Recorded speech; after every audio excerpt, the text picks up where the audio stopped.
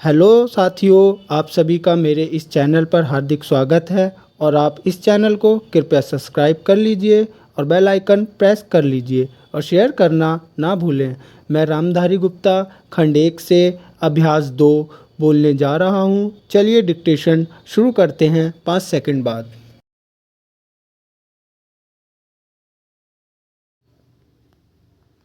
सभापति महोदय, प्रतिदिन छोटी मोटी झड़पें होती रहती हैं। हमारी फौजें बड़े उत्साह से उनके मुकाबले में खड़ी हैं।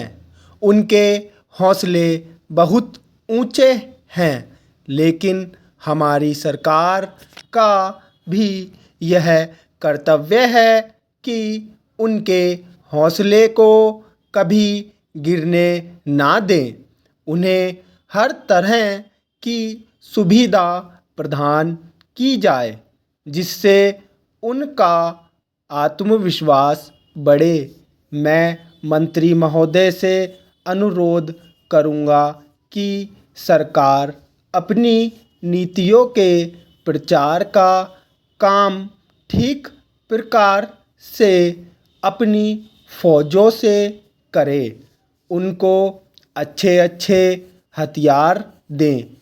अनुसूचित जातियों और आदिवासी जातियों के आयुक्त ने जो अपना प्रतिवेदन प्रस्तुत किया है, उस प्रतिवेदन को देखने से यह प्रतीत होता है कि इसको तैयार करने में उन्होंने बहुत परिश्रम से कार्य किया है।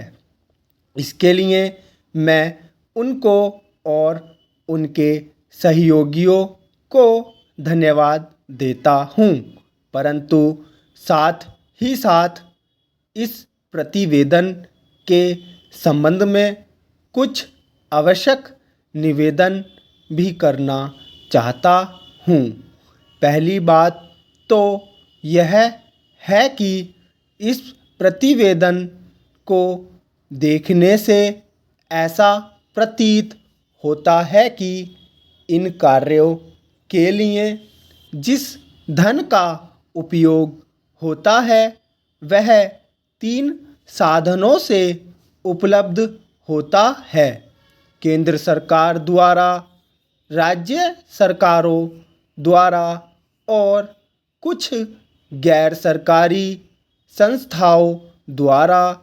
प्रतिवेदन के अनुसार जितना धन इन कार्यों पर व्यय करने के लिए दिया जाता है, उतना धन पूरी तरह से व्यय नहीं हो पाता।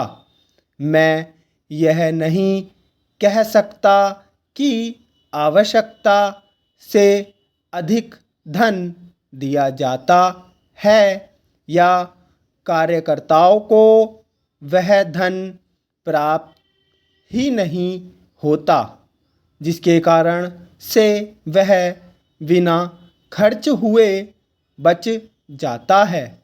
मैं तो यह चाहता हूँ कि जितना धन दिया जाता है उसका पूरा उपयोग हो और आयुक्त को यह ना कहना पड़े कि इस कार्य के लिए जितने धन की आवश्यकता थी उतना धन नहीं मिल पाया और विवश होकर हमको उस कार्य को बीच में ही रोकना पड़ा। जहाँ तक राज्य सरकारों का संबंध है, बहुत सी राज्य सरकारें अभी तक इस कार्य में असावधानी से काम ले रही हैं और इस कार्य को उपेक्षा की दृष्टि से देखती हैं। आयुक्त ने इस बात की शिकायत की है कि बहुत सी राज्य सरकारों ने अनेक पत्र भेजने के बाद भी अभी तक अपनी रिपोर्ट नहीं भेजी है। मैं चाहता हूँ कि सरकार इस तरफ निष्ठापूर्वक ध्यान दे। राज्य सरकारों पर दबाव डाला जाए कि वे इस दायित्व के प्रति सोचत हों और आयुक्त को उनके कार्य में पूरा सहयोग प्रदान करें।